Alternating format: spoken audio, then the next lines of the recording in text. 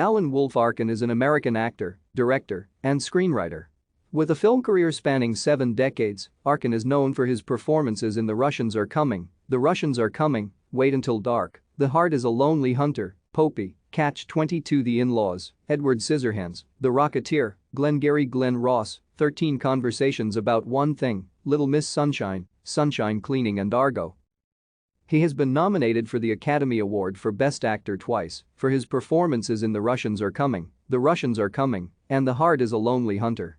He won an Academy Award for Best Supporting Actor for his performance in Little Miss Sunshine and received critical praise and a Best Supporting Actor nomination for his performance in Argo.